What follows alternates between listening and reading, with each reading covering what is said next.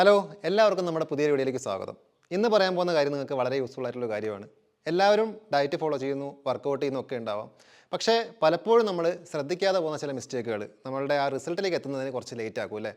മെയിനായിട്ട് നമ്മൾ പറയാവുന്ന ഭക്ഷണത്തിനെ കുറിച്ച് തന്നെയാണ്. ചില ഭക്ഷണങ്ങൾ നമ്മളത് കഴിക്കുന്ന രീതി, അതിൻ്റെ ക്വാണ്ടിറ്റിയൊക്കെ അനുസരിച്ച് തന്നെയാണ് നമ്മളുടെ റിസൾട്ട് ലേറ്റ് ആവുന്നതിലേക്ക് എത്താൻ വേണ്ടിയിട്ട്. പിന്നെ നമ്മൾ വർക്കൗട്ട് ചെയ്യുന്ന മെത്തേഡൊക്കെ എല്ലാ ഭക്ഷണവും നമുക്ക് കഴിക്കാൻ സാധിക്കും, ഒന്നും നമ്മൾ മാറ്റി നിർത്തേണ്ട കാര്യമില്ല. പക്ഷേ ഇതൊക്കെ കുക്ക് ചെയ്ത് കഴിക്കുന്ന രീതി, അതിൻ്റെ ക്വാണ്ടിറ്റി അല്ലേ, അതൊക്കെയാണ് നമ്മളെ ബാധിക്കുന്നത്, നെഗറ്റീവായിട്ട് നമ്മളെ ബാധിക്കുന്ന കാര്യം എന്ന് പറയുമ്പോൾ. അപ്പോൾ ഈ ഒരു വീഡിയോയിൽ നമ്മൾ പറയാൻ പോകുന്ന കാര്യം എന്ന് പറഞ്ഞാൽ, നിങ്ങളൊരു ഡയറ്റ് പ്രോപ്പറായിട്ടൊരു ഡയറ്റ് ഫോളോ ചെയ്യുന്ന ആളാണെങ്കിൽ, വെയിറ്റ് ലോസിന് വേണ്ടി നിങ്ങൾ ഒരുപാട് കഷ്ടപ്പെടുന്ന ഒരാളാണെങ്കിൽ നിങ്ങൾക്ക് ശ്രദ്ധിച്ചിരിക്കേണ്ട, കഴിക്കാതിരിക്കേണ്ട കുറച്ച് ഫുഡുകളാണ്, അല്ലെങ്കിൽ നിങ്ങൾ കഴിക്കുമ്പോൾ ശ്രദ്ധിക്കേണ്ട കുറച്ച് ഫുഡുകളാണ് പറയാൻ പോകുന്നത്, കുറച്ച് രീതികൾ. അപ്പോൾ ഒരുപാട് കഷ്ടപ്പെട്ടിട്ടാണ് നമ്മൾ ഒരു വെയിറ്റ് ലോസിനൊക്കെ വേണ്ടി ട്രൈ ചെയ്യാറ് അല്ലേ. ഇപ്പോൾ ഒരുപാട് ഫാറ്റി ആയിട്ടുള്ള ബോഡിയൊക്കെ ആണെങ്കിൽ ഒന്ന് കുറയ്ക്കണമെങ്കിൽ, ഒരു ചെറിയ രീതിയിലെങ്കിലും മാറ്റം വരുത്തണമെങ്കിൽ നമുക്ക് നല്ലൊരു രീതിയിലുള്ള വിൽ പവറോട് കൂടി മുന്നോട്ട് പോയാൽ മാത്രമാണ് ഈ സംഭവങ്ങളൊക്കെ നമുക്ക് നടക്കാറുള്ളൂ. അപ്പോൾ അതിന് പ്രോപ്പറായിട്ടുള്ള വർക്കൗട്ട് വേണം, ഡയറ്റ് വേണം, ഡെയിലി നമുക്കൊരു ചിട്ട വേണം എല്ലാ കാര്യത്തിലും. നമ്മൾ മുൻപുള്ള പല വീഡിയോസിനും പറഞ്ഞതുപോലെ അത്രയും വിൽ പവറോടെ സ്ട്രോങ് ആയി നിന്നാൽ മാത്രമേ നമുക്ക് അതിലെത്താൻ സാധിക്കുള്ളൂ. അപ്പോൾ ഈ ഒരു സിറ്റുവേഷൻ എന്ന് പറഞ്ഞാൽ നല്ല ഉത്തരവാദിത്വവും റിസ്ക്കും ഉള്ളൊരു രീതി തന്നെയാണ്.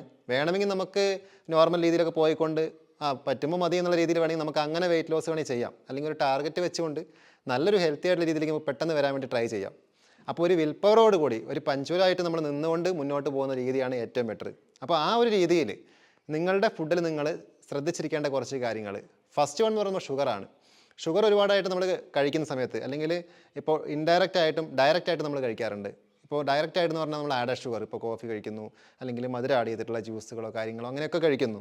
അതല്ലാതെ നമ്മൾ കഴിക്കുന്നത് പറഞ്ഞാൽ അമിതമായിട്ട് ചില ഭക്ഷണ സാധനങ്ങൾ, സ്വീറ്റ് ആയിട്ടുള്ള ഫുഡുകൾ കഴിക്കുന്നത്, ബേക്കറി പോലുള്ള കാര്യങ്ങൾ കഴിക്കുന്നത്, അമിതമായി നമ്മൾ റൈസ് കഴിക്കുന്നത്, ഇതൊക്കെ നമ്മൾ ഈ ഷുഗറിൻ്റെ അളവിനെ ഒന്ന് ഇൻക്രീസ് ചെയ്യാൻ വേണ്ടി കാരണമാവുന്ന കാര്യങ്ങളാണ്. അപ്പോൾ ഓവറായിട്ട് നമ്മൾ കഴിക്കുമ്പോൾ ഈ എക്സസ് ആയിട്ട് വരുന്ന കലോറി, എനർജി എന്ന് പറയുന്നത് നമ്മൾ ഫാറ്റായിട്ട് സ്റ്റോർ ചെയ്യപ്പെടുന്നുണ്ട്. അതേപോലെ തന്നെ അമിതമായിട്ട് കഴിക്കുന്ന ചോറാണെങ്കിൽ പോലും നമുക്ക് ഗ്ലൂക്കോസായിട്ട് കൺവേർട്ട് ചെയ്തിട്ട് അത് സ്റ്റോർ ചെയ്യപ്പെടാറുണ്ട്. അപ്പോൾ അവിടെ നമ്മൾ അതുകൊണ്ടാണ് ഈ വർക്കൗട്ടിന് നമ്മൾ പ്രാധാന്യം കൊടുക്കുന്നത്. പല രീതിയിലുള്ള വർക്കൗട്ടുകൾ, വെയിറ്റ് ട്രെയിനിങ്സ് അല്ലെങ്കിൽ കാർഡിയോ പോലുള്ള കാര്യങ്ങളൊക്കെ നമ്മൾ ചെയ്യുന്നത് അതിന് വേണ്ടി തന്നെയാണ്. എല്ലാ ഭാഗത്തിനും നല്ല ആക്റ്റീവായിട്ട്, എല്ലാ മസിൽസിനും ഒരു ആക്ടിവേഷൻ നടക്കാൻ വേണ്ടിയിട്ട്, അല്ലെങ്കിൽ ഓവറായിട്ടുള്ള ഫാറ്റ് കലോറി ബേൺ ചെയ്യുന്നതിന് വേണ്ടിയിട്ടൊക്കെ നമ്മൾ പല രീതിയിലുള്ള വർക്കൗട്ടും ചെയ്തു പോകാറുണ്ട്.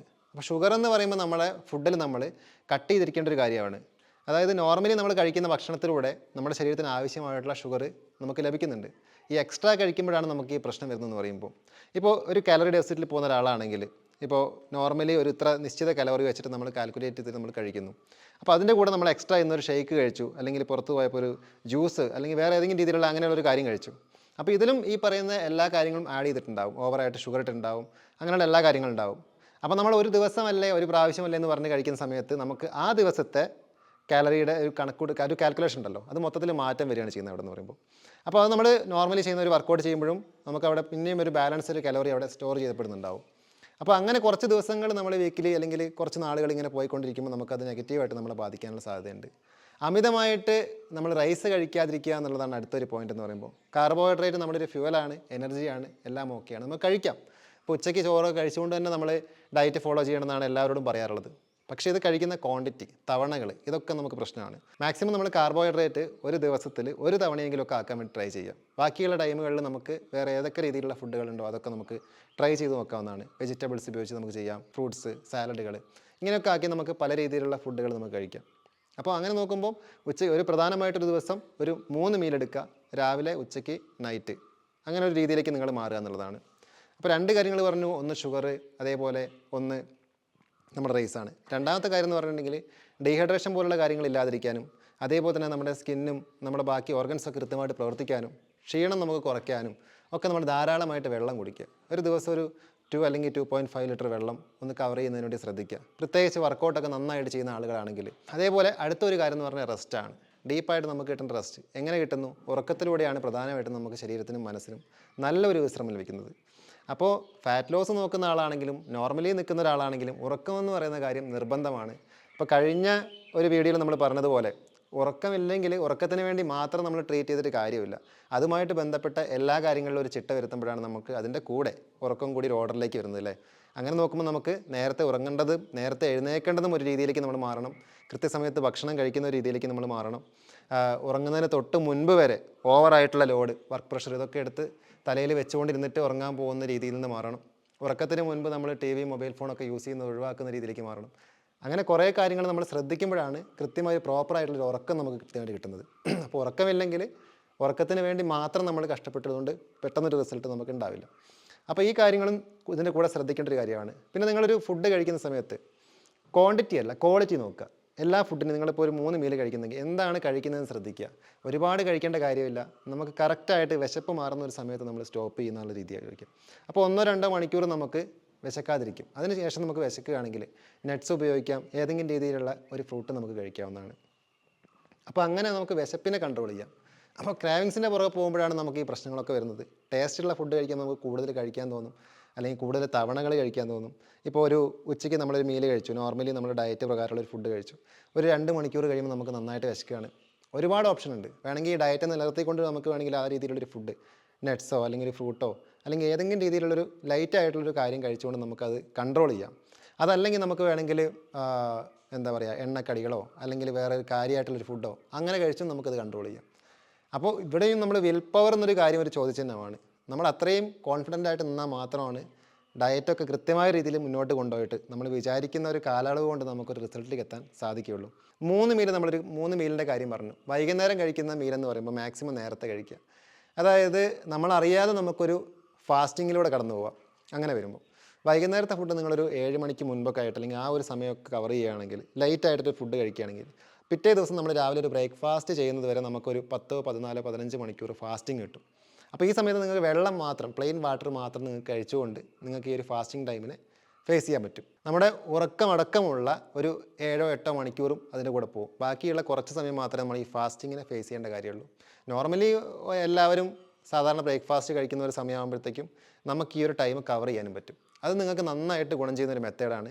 നന്നായിട്ട് ഫാറ്റ് ബേൺ നടക്കുന്നൊരു രീതി കൂടിയാണ്. അപ്പോൾ ഡിന്നർ വൈകുന്നേരം കഴിക്കുന്ന രീതി നിങ്ങൾ പതുക്കെ നേരത്തെ ആക്കുന്നതിനോടൊപ്പം തന്നെ ഈ വൈകുന്നേരം കഴിക്കുന്ന ഫുഡ് ഒരു ലൈറ്റ് ആയിട്ടുള്ള കലോറി കുറഞ്ഞിട്ടുള്ളൊരു ഫുഡായിട്ട് കഴിക്കുക.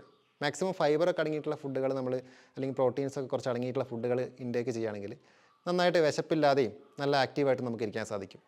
അപ്പോൾ പകൽ സമയത്ത് കഴിക്കുന്ന ഫുഡുകളും നമ്മൾ ശ്രദ്ധിക്കേണ്ട കാര്യം ഇത് തന്നെയാണ്. അതുകൊണ്ട് തന്നെ എപ്പോഴും കുറച്ച് ഫൈബർ അടങ്ങിയിട്ടുള്ള ഫുഡുകളും അല്ലെങ്കിൽ നന്നായിട്ട് പ്രോട്ടീൻസ് അടങ്ങിയിട്ടുള്ള ഫുഡുകളൊക്കെ കഴിക്കണം എന്ന് പറയുന്നതിന് കാരണം. അപ്പോൾ ഈ കാര്യങ്ങളൊക്കെ പ്രത്യേകം ശ്രദ്ധിക്കണം. നമ്മൾ ഷുഗറിൻ്റെ കേസ് പറഞ്ഞു, ഓവറായിട്ട് കാർബോഹൈഡ്രേറ്റ് ഇൻടേക്ക് ചെയ്യുന്നതിൻ്റെ കാര്യം പറഞ്ഞു, ധാരാളം വെള്ളം കുടിക്കുക, നന്നായിട്ട് കിടന്നുറങ്ങുക, അതേപോലെ വൈകുന്നേരത്തെ ഒരു ഫാസ്റ്റിങ്ങിൻ്റെ കാര്യവും പറഞ്ഞു. ഇത്രയും കാര്യങ്ങൾ നമ്മൾ നന്നായിട്ട് ശ്രദ്ധിക്കുക. ഇതിൻ്റെ കൂടെ നിങ്ങൾ നന്നായിട്ടൊരു വർക്കൗട്ട് കൂടി ഫോളോ ചെയ്യുക. റെഗുലറായിട്ട് വർക്കൗട്ട് ഫോളോ ചെയ്യുക. എന്നും ഒരേ രീതി തന്നെ ഫോളോ ചെയ്യണമെന്നില്ല. നമുക്ക് അതിനുവേണ്ടി ഏത് രീതി വേണമെങ്കിലും ചൂസ് ചെയ്യാവുന്നതാണ്. വർക്കൗട്ടിൻ്റെ ഇതിൽ നിൽക്കുകയാണെങ്കിൽ അല്ലെങ്കിൽ ഒന്ന് റിലാക്സ്ഡ് ആയിക്കൊണ്ട് നിങ്ങൾക്ക് ഇതിലൂടെ കടന്നു പോകണമെന്നുണ്ടെങ്കിൽ നിങ്ങൾക്ക് രാവിലെ യോഗ പോലുള്ള കാര്യങ്ങളിലേക്ക് നിങ്ങൾക്ക് കിടക്കാവുന്നതാണ്. യോഗ, പ്രാണായാംസ്, മെഡിറ്റേഷൻ. എന്നിട്ട് നിങ്ങൾക്ക് വർക്കൗട്ട് വീണ്ടും നിങ്ങൾ ചെയ്യുന്ന ഒരാളാണെങ്കിൽ നിങ്ങൾക്ക് വേറൊരു ടൈമിലേക്ക് അത് മാറ്റി വെക്കാം. അങ്ങനെ ചെയ്യാൻ പറ്റും. അപ്പോൾ എല്ലാം കൂടി മിക്സഡ് ആയിട്ട് ചെയ്യേണ്ട കാര്യമല്ല. ഓരോന്നിനും ഒരു സമയം ഫിക്സ് ചെയ്യുക. ഒരുമിച്ച് മിക്സ് ചെയ്ത് ചെയ്യാതെ ഓരോന്നും ഒരു സമയത്തായിട്ട് ചെയ്യാൻ വേണ്ടി ശ്രദ്ധിക്കുക.